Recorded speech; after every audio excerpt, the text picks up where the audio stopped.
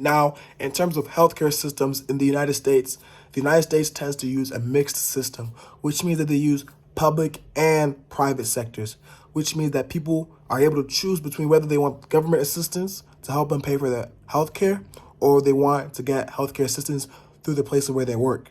Now, if you look at their history, you can see that as America is tackling this problem, thankfully, it is slowly decreasing the rate of which infants are dying. The infant mortality rate is decreasing. In 2019, it was 5.7, and now, as I said, it is 5.4. Remember that benchmark. They want to get to 5.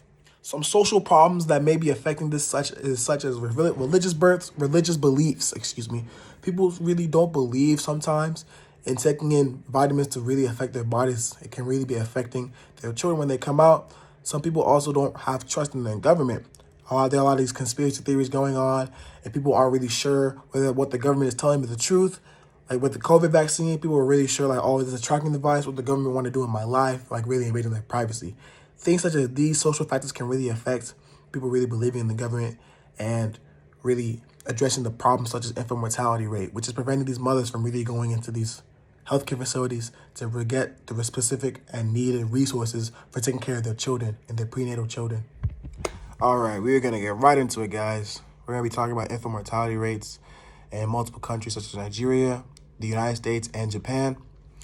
At first, you'll be questioning, what is infant mortality? Like, wow, I've never heard of this before. What is the definition of infant mortality rates?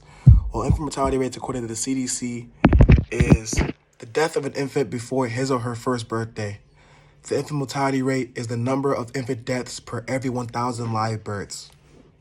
Things that can cause infant mortality rates are things such as birth defects, preterm birth and low birth weight, sudden infant death syndrome, injuries such as suffocation, and maternal pregnancy complications.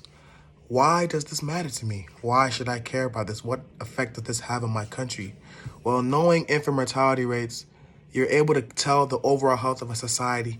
If the infant mortality rate is low, then fortunately, the mother is healthy, and if the mother is healthy, then majority of the times the whole family is healthy, and it can relate to other countries or other families in the country.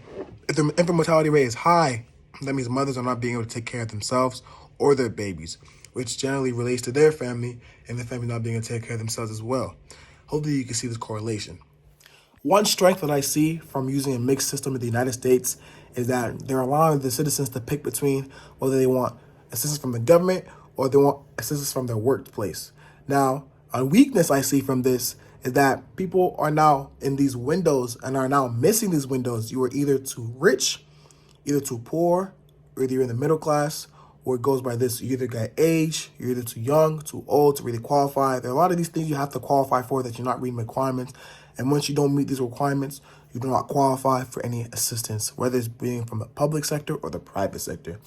And this is what's causing a lot of these rates such as 5.4 deaths per 1,000 live births to really be high.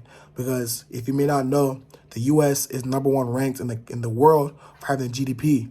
So it raises a lot of questions as to why the people who are spending the most money cannot spend that money on healthcare.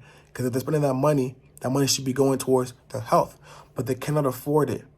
In America, we have around 38 to 40 million people who are in poverty, who cannot afford healthcare. Now, what are we doing to tackle this? What is the American government doing to tackle this and to make sure that people can afford proper health care in terms of infant mortality specifically? The American government is placing these facilities and people in places that are poverty-ridden, that are just full of people of poverty who cannot afford health care, and they're offering them free health care, no cost, no hidden fee, nothing. They're offering them free education to take care of their babies, free prenatal vitamins, free resources to make sure that they can reduce this 5.4 to their benchmark, which is 5. And that is what they're doing currently. Now, in America, the infant mortality rate averagely is 5.4 deaths per 1,000 live births. Now, the goal is to get it to 5 deaths per 1,000 live births. And only 16 states, have been able to reach this goal, this benchmark. Now, you may ask yourself, the infant mortality rate among the race and ethnicities of American people. Unfortunately, non-Hispanic black people have the highest infant mortality rates of 10.6, Leading behind are Native Americans or Native Hawaiian or Pacific Islanders who have an 8.2. Then Hispanic Indians or Alaska Natives have a 7.9. Then Hispanics themselves have 5. Then non-Hispanic white have 4.5. Then non-Hispanic Asians have 3.4. Now, on to our topic about Japan. Japan uses a universal healthcare system.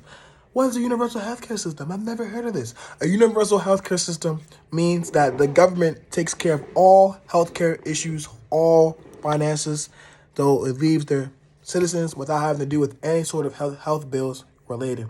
Now, a weakness is that whether there's a new elected official in the health department or there's some turmoil going on in the government, it slows the process down. So people are no longer being able to afford their healthcare, and all these things are now backed up and slowed down. So when they receive these bills, they no longer have that assistance right on the dot. They now have to wait longer for a process. Personally, I think this universal healthcare system is working because when you look at the infant mortality rate in Japan, you see an infant mortality rate of just 1.6, which is really low in comparison to America, which is number 1 ranked, and Japan number 3 ranked, which means that these people don't have to worry about either putting food on their plate or going to the hospital because they're carefree, which means that increases their happiness in life. They don't have to worry about that. Another negative about using universal healthcare is that it's very financially burdening on the government. But I am a firm believer that the government is for the people. So truly, it is what it is. The government is for the people, so they need to do this in order to have their citizens live a good quality of life. Positive of this is that, as you can see in these rates, that Japan has one of the highest life expectancy rates. They have one of the lowest infant mortality rates, and they have one of the lowest, They have one of the lowest poverty rates because people are not having to force between pick and choose what they can afford because they have the knowledge in the back of their head that no matter what I do, I'm always going to be able to go to the hospital if something's wrong with me. And another important thing to talk about is the trust they have between them and the government. A lot of people in America do not trust the government, but Japan is not really giving them a reason to excuse why they should not believe what the government is saying. So when the government offers resources for prenatal care, they're willing to take it. Now, unfortunately, Japan is a highly polluted country. The air is not very safe to breathe. There's a lot of smog, and this may be a factor affecting why they cannot reach that zero for infant mortality rate. Personally, I believe that there's no such thing as reaching a zero, that there's always going to be some type of genetic problem, and no matter how many things you can fix in the world, no matter how many times you go to the hospital, no matter how many times you can get it perfect, there's always maybe genetic issues. And in Japan, a very major issue is the pollution in the air. It could be affecting their bodies and they may not even know. And finally, we're going to talk about Nigeria. Nigeria uses an out-of-pocket system, which means that citizens are paying from their own pockets, as termed out-of-pocket expense model system. They're paying from their own pockets. And unfortunately, Nigeria's poverty rate is 40%. Now, you ask me what a weakness is in terms of the out-of-pocket model. It means that citizens are now, unfortunately, having to pick between whether they can afford to pay for their hospital bills or if they can put food on the table for their children or themselves. A strength I see in this, though, although it may be few, and I really find this hard to believe as a strength I see in this is that citizens are being able to really pick and choose what they want to pay for. It's not really in their taxes because they don't have to, if the government is paying for it like in Japan, then it's going through their taxes towards the government to kind of alleviate the burden. But here, it's not in their taxes. They don't have to, they can really pick and choose whether they want to afford it or not. Now, unfortunately, because of that, you now see such a high infant mortality rate at 72 deaths per 1,000 live births, which is extremely high compared to America and Japan. But this is because people cannot afford healthcare. You see people end up picking food on the table than going to the hospital. Because unfortunately, as I said, the poverty rate in Nigeria is 40%, which means that it's almost half of Nigerians living in poverty. A lot of people who are living in rural areas that have no access to these hospitals, but they have access to buy food. So they're not being able to get to these places to buy what's needed to take care of the babies growing inside of them. One positive that Nigeria is doing is Nigeria is trying to place hospitals and resource centers in these rural areas so they have access to them. And they're also offering them at lower prices and cheaper prices, sometimes even free, just like something that America is now doing in order to make sure these people are taking care of what they need to take care of. But unfortunately, a weakness is because Nigerians, like just like America, do not trust their government. There's a lot of turmoil going on in Nigeria in terms of government and embezzlement, where people vote and the wrong people end up in office. And now there's a giant gap and there's mistrust between people in Nigeria. I thankfully have been able to experience it. I've lived in Nigeria myself, and I've asked people who've lived there their whole life whether they trust their government, and their answer is no.